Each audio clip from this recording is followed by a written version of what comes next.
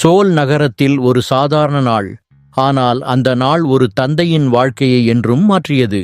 Doctor யோங்கி so ஒரு கூட்டத்தில் இருந்தபோது அவசர செய்தி வந்தது. உங்கள் மகன் மிகவும் ஆபத்தான நிலையில் இருக்கிறார்.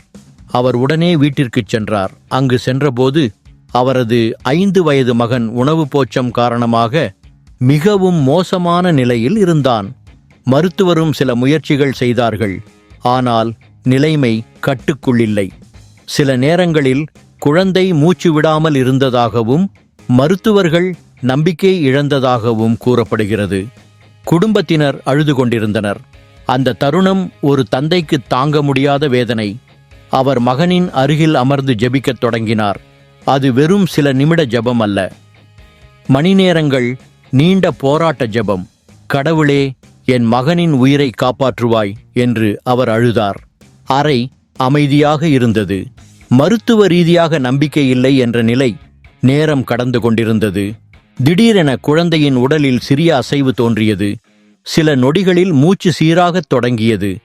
அங்கே இருந்தவர்கள் அதிர்ச்சியடைந்தனர். மெதுவாக குழந்தை கண்களை திறந்தான். மருத்துவர்கள் மீண்டும் பரிசோதித்தனர். உயிர் திரும்பி வந்தது. பின்னர் குழந்தை குணமடைந்ததும் அவர் கூறியது போல் சிறுவன் ஒரு வான ரீதியான ஹெவன்லி காட்சி கண்டது. சிறுவன் சொன்னது, நான் இயேசுவை கண்டேன். ஒரு ஒளியுடன் கைகளால் வரவேற்கப்பட்டேன்.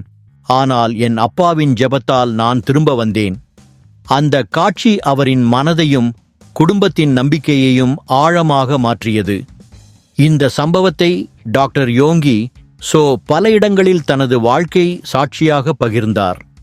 அவரது கூற்றுப்படி இது தீவிர ஜெபத்திற்கு பிறகு நிகழ்ந்த அதிசயமும் வான அனுபவமும் இணைந்த கதை. மருத்துவ ஆவணங்கள் வெளியிடப்படவில்லை. ஆனால் இது அவரது விசுவாச அனுபவத்தின் ஒரு உயிரோட்டமான பகுதி.